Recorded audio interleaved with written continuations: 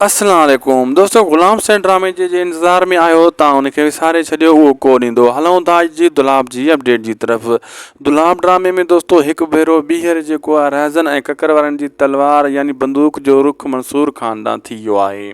इहो कमु शाहनवाज़ खान कयो। चोतोनी पुलिस जेका मोकिली, जेका ठारे ऐं मिठल वारनि खे खणी वई, इन जी कावड़ खां हुननि खे इहो अंदाज़ो लॻी वियो रहज़न ऐं ककर खे त असांजा ॿ माण्हू पकड़िजी विया, असां यानी ज़मीन ते अची किरिया, असांजी ताक़त घटिजी वई। इहो कमु सॼो ई कयो आहे मंसूर खान, लेकिन इहो कमु मंसूर खान न कयो हूंदो आहे, इहो कमु सॼो शाहनवाज़ खान जो हूंदो आहे। उहो जेको आहे वार कंदो आहे, पलांद वठंदो आहे, उहो इहो कोशिशि कंदो आहे हिकु तीर सां ॿ शिकार कंदुसि। रहज़न वारा मोॾे मोटी ईंदा ऐं मंसूर खान जा दुश्मन बणिजी वेंदा। जे उनजे वेझो वञनि था त उहो उनजो सिलसिलो बि ख़तमु थी वेंदो। ईअं ई थींदो आहे।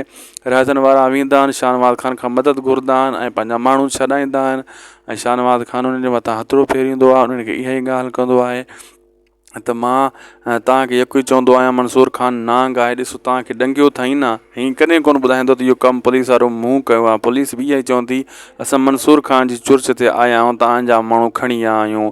शाहनवाज़ खान जो नालो कॾहिं बि न खणंदी। होॾो वरी मुराद वारा कॾहिं बि इहो फ़ाइदो न खणंदा त हाणे वारो आहे त दुश्मन खे मारियो। मुराद पंहिंजे सोटनि ऐं भेनरुनि खे रोकंदो, हाणे दुश्मन ते वार न कंदासीं, एतिरा कमज़ोर न आहियूं, इहो मुसलमान जो कमु न आहे। होॾो कूंज खे दिलासा ॾेई मंसूर खान रहज़न वारनि सां गॾाए मोटाए छॾींदो आहे, चवंदो आहे वठी वञो। उनखे चवंदो आहे मां पाण वठी वेंदुसि, पंहिंजे माउ सां बि मिलाईंदो आहे मंसूर खान जेको आहे कूंज खे।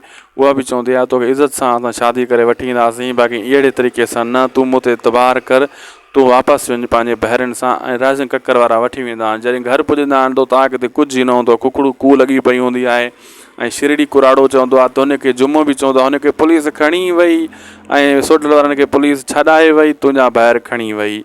ड्रामो पुॻो पुॼाणी ते असांखे ॾींदा इजाज़त। लाइक सब्सक्राइब शेयर ज़रूरु कंदा।